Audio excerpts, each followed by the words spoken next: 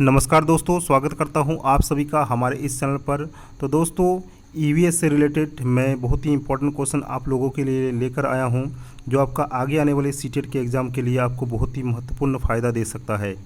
तो चलिए दोस्तों, शुरू करते हैं एक एक नंबर के सवाल को। और सबसे यहाँ पर अच्छा दिया गया है कि यहाँ पर आपको दोनों ही लैंग्वेज में, जैसे आपका सीटेट के एग्ज़ाम में दोनों ही लैंग्वेज में रहता है, उसी तरह से यहाँ पर दोनों ही लैंग्वेज में आपको यहाँ पर क्वेश्चन मिल रहा है। तो चलिए शुरू करते हैं। सबसे पहला जो क्वेश्चन है दोस्तों कि red and chutney is famous in which state, मतलब लाल चीटी की चटनी किस राज्य में प्रसिद्ध है। ऑप्शन यहाँ पर आपको 4 को दिया हुआ है, राजस्थान, उसके बाद है छत्तीसगढ़, झारखंड और मध्य प्रदेश। तो दोस्तों, लाल चीटी की जो चटनी है वो आपका छत्तीसगढ़ राज्य में प्रसिद्ध है। ऑप्शन बी इस क्वेश्चन का राइट हो जाएगा। आगे देखते हैं दोस्तों, दूसरा नंबर क्वेश्चन। दूसरा नंबर में भी आपका फिगर दिया हुआ है, इसका एक चित्र आपका दिया हुआ है। देखिए मधुमक्खी का, कि मधुमक्खी में कौन सा अम्ल पाया जाता है। तो ये सब टॉपिक मैंने पहले भी पढ़ा के रखा है, आपको इसी चैनल के अंदर मिल जाएगा। अगर आप लोग नहीं देखे हैं तो जाके एक बार सीख कीजिए इसको, यानी देखिए। तो मधुमक्खी में कौन सा अम्ल पाया जाता है दोस्तों? एसिटिक अम्ल, फॉर्मिक अम्ल, या तो टैनिक अम्ल, या तो टर्टरिक अम्ल।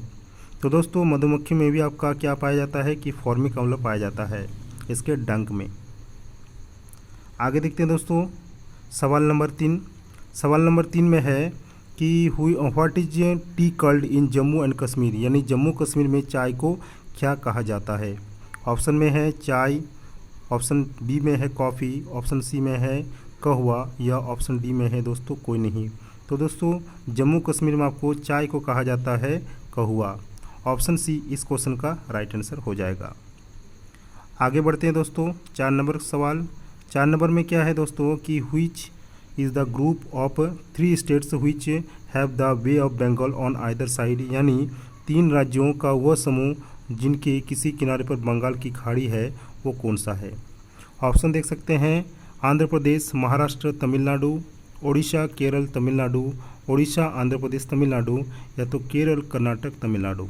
तो दोस्तों, इस क्वेश्चन का राइट आंसर हो जाएगा आपका ऑप्शन सी, यानी ओडिशा, आंध्र प्रदेश और तमिलनाडु। आगे बढ़ते हैं दोस्तों, 5 नंबर क्वेश्चन। 5 नंबर में क्या है, घटपर्णी जो शिकारी पौधा या पीचर के नाम से इसको जाना जाता है, और जो कीट और मेंढक तक को फंसाकर खा सकता है, हमारे देश के एक पूर्वी राज्य में भी पाया जाता है। इस राज्य का क्या नाम है दोस्तों? वो कौन सा राज्य है? नागालैंड है, मेघालय है, असम है, या फिर मिजोरम है। तो दोस्तों, इस क्वेश्चन का राइट आंसर हो जाएगा आपका मेघालय। मेघालय में ही पाया जाता है आपका घटपर्णी पौधा या तो पीचर प्लांट। आगे बढ़ते हैं दोस्तों, 6 नंबर क्वेश्चन। और 6 नंबर में है कि 3 पक्षियों का वह समूह जिसका प्रत्येक सदस्य वस्तुओं को हमारी तुलना में 4 गुना अधिक दूरी से देख सकता है।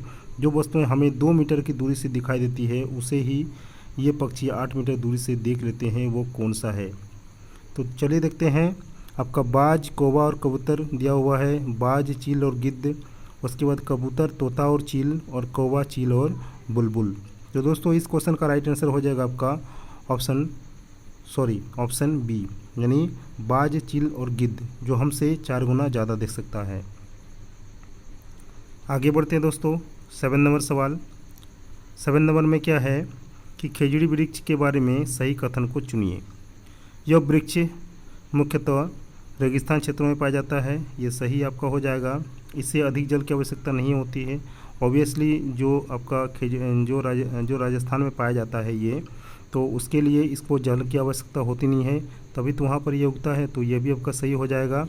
उसके बाद ये छायादार वृक्ष हैं, ये भी आपका सही हो जाएगा। उसके बाद है दोस्तों कि यह अपने तने में जल एकत्र करता है और लोग पतली पाइप से इसे जल को पीते, छाया में बच्चे खेलना पसंद करते हैं। तो दोस्तों, ये जो 3 ऑप्शन है यहाँ पर आपका राइट हो जाएगा, यानी 1, 2, 3 ऑप्शन ए इस क्वेश्चन का राइट आंसर हो जाएगा। आगे बढ़ते हैं दोस्तों, 8 नंबर क्वेश्चन। 8 नंबर में है कि आबू धाबी के बारे में निम्नलिखित में से कौन सा कथन गलत। हमको गलत चुना है दोस्तों, यहाँ पर आपको ध्यान रखना है, हमको गलत चुनना है। तो चलिए देखते हैं कि जलवायु गर्म और शुष्क है, नारियल का पेड़ पाया जाता है, दिरहम आबू धाबी का मुद्रा है, पेट्रोल की तुलना में पानी महंगा है। ये सब पॉइंट दोस्तों आपका राइट है, ठीक है। ये सारे के सारे पॉइंट्स आपका राइट है, लेकिन वहाँ पर आपका अबू धाबी में नारियल का पेड़ नहीं पाया जाता है, इसीलिए ये वाला क्या हो गया दोस्तों, रॉन्ग। लेकिन ऑप्शन के हिसाब से ये आपका राइट हो रहा है। 9 नंबर सवाल क्या है दोस्तों कि किस पौधे की लकड़ी कीट से प्रभावित नहीं होती है। ऑप्शन में है आम, बबूल, सिनकोना या खिजड़ी। तो दोस्तों वह पौधा है आपका है खिजड़ी, जो कि राजस्थान में ही पाया जाता है। तो यह पौधा किसी भी कीट से प्रभावित नहीं होती है। आगे देखते हैं दोस्तों, शहद मधुमक्खियों का पालन क्या करना कहलाता है, यानी शहद मधुमक्खी का पालन करना क्या कहलाता है। तो इसका आंसर क्या हो जाएगा दोस्तों, सेरिकल्चर, एक्वाकल्चर, एपीकल्चर या पीसीकल्चर। तो राइट आंसर हो जाएगा दोस्तों आपका एपीकल्चर। ठीक है, मधुमक्खी को पालना क्या कहते हैं, एपीकल्चर कहते हैं। आगे बढ़ते हैं दोस्तों, 11 नंबर सवाल। 11 नंबर में है कि कुचिपुड़ी नृत्य निम्नलिखित में से किस राज्य से संबंधित है। ऑप्शन में है आंध्र प्रदेश, उत्तर प्रदेश, उड़ीसा या असम। तो दोस्तों कुचिपुड़ी नृत्य जो है वो आपका आंध्र प्रदेश के राज्य से संबंधित है, यानी ऑप्शन ए इस क्वेश्चन का राइट आंसर हो जाएगा। आगे देखते हैं दोस्तों, 12 नंबर सवाल। 12 नंबर में है कि मैदानी इलाकों में गांव के बच्चे अपने स्कूल तक पहुंचने के लिए किस साधन का प्रयोग करते हैं। ऊंट गाड़ी, ट्रॉली, बैलगाड़ी और बलमना। तो दोस्तों इस क्वेश्चन का राइट आंसर हो जाएगा ऑप्शन सी, यानी बैलगाड़ी का प्रयोग करते हैं।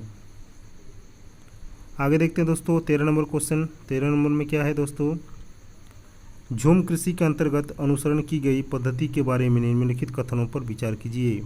फसलों के एक संग्रह को प्राप्त करने के बाद भूमि को कुछ वर्षों के लिए खाली छोड़ दिया जाता है, ये आपका राइट हो जाएगा। जमीन पर उगने वाले बांस या खरपतवार को बाहर निकाला जाता है और जला जाता है, नहीं दोस्तों ये आपका रॉन्ग हो जाएगा। उसके बाद क्या है कि खरपतवार आदि को जलाने पर प्राप्त राख का उपयोग उर्वरक के रूप में किया जाता है, ये भी आपका राइट हो जाएगा। और जब भूमि खेती के लिए तैयार हो जाती है तो बीज की बुआई से पहले इसकी गहराई तक जुताई की जाती है। निम्न में से कौन सा सही कथन है। तो दोस्तों मैंने आप लोग को बता दिया, यहाँ पर आपका जो 2 ऑप्शन है यानी 1 और 3 ये आपका राइट हो जा रहा है। चलिए देखते हैं लास्ट ऑप्शन में क्या है दोस्तों। यहाँ पर आपका ऑप्शन तो सॉरी दोस्तों एक बात, यहाँ पर आपका जो है ये कौन सा नंबर ऑप्शन हो जाएगा, चलिए देख लेते हैं फिर से एक बार। ये कौन सा ऑप्शन हो जाएगा दोस्तों, फलों के एक संग्रह को प्राप्त करने के लिए उसकी भूमि को कुछ वर्षों के लिए खाली छोड़, ऑप्शन 1 खाली ऑप्शन 1 दोस्तों यहाँ पर राइट आंसर हो जाएगा। फसलों के एक संग्रह को प्राप्त करने के लिए भूमि के कुछ वर्षों के लिए इसको खाली छोड़ दिया जाता है, बाकी ये आपका रॉन्ग हो जाएगा। आगे बढ़ते हैं दोस्तों 14 नंबर क्वेश्चन। 14 नंबर में क्या है, झूम खेती के अंतर्गत झारखंड के किसानों द्वारा अपनाए जाने वाले तरीकों के कथनों पर विचार कीजिए और इसके संबंध में नीचे दिया गया है।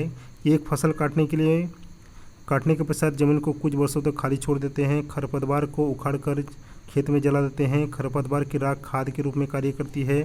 जब जमीन खेती के लिए तैयार हो जाती है तो बीज बोने से पहले उसे गहराई तक जोता जाता है। इनमें से सही कथन क्या है। तो दोस्तों इस क्वेश्चन का राइट आंसर हो जाएगा आपका ऑप्शन 1, मतलब ऑप्शन ए वाला और आपका ऑप्शन ए वाला, यानी 1 और 3। फिर देखते हैं दिया हुआ है कि नहीं, आपका दिया हुआ है ये देखिए यहाँ पर आपका सॉरी ये वाला ऑप्शन सी। लास्ट हमारा क्वेश्चन है दोस्तों 15 नंबर क्वेश्चन। और 15 नंबर में क्या है कि अल-बरूनी एक यात्री जिसने हमारे देश का भ्रमण किया था के बारे में नीचे दिए गए कथनों पर विचार कीजिए। अल-बरूनी ने भारत का भ्रमण हजारों वर्षों से पहले भी किया था, ये आपका राइट हो जाएगा। उसने उन चीज़ों के बारे में लिखा जो अपने देश से बहुत भिन्न थी, विशेष रूप से पानी को एकत्र करने के लिए बनाए गए तालाब, ये भी आपका राइट हो जाएगा दोस्तों। हम उनके लेखों से अपने इतिहास के बारे में बहुत कुछ सीख सकते हैं। इनमें से सही कथन कौन सा हो जाएगा। तो दोस्तों इसमें आपका तीनों जो है सही हो जाएगा, यानी ऑप्शन 1, 2 और 3। ठीक है, तो आशा करता हूँ दोस्तों ये वीडियो आप सभी के लिए हेल्पफुल रहा होगा। तो अगर अच्छा लगे तो इस भाई को एक लाइक, शेयर और सब्सक्राइब जरूर से जरूर करें, क्योंकि ये भाई आपका जब तक आप लोग का एग्ज़ाम नहीं क्लियर हो जाता तब तक आप ही सब लोग के साथ बने रहेगा। थैंक यू, जय हिंद, वंदे मातरम।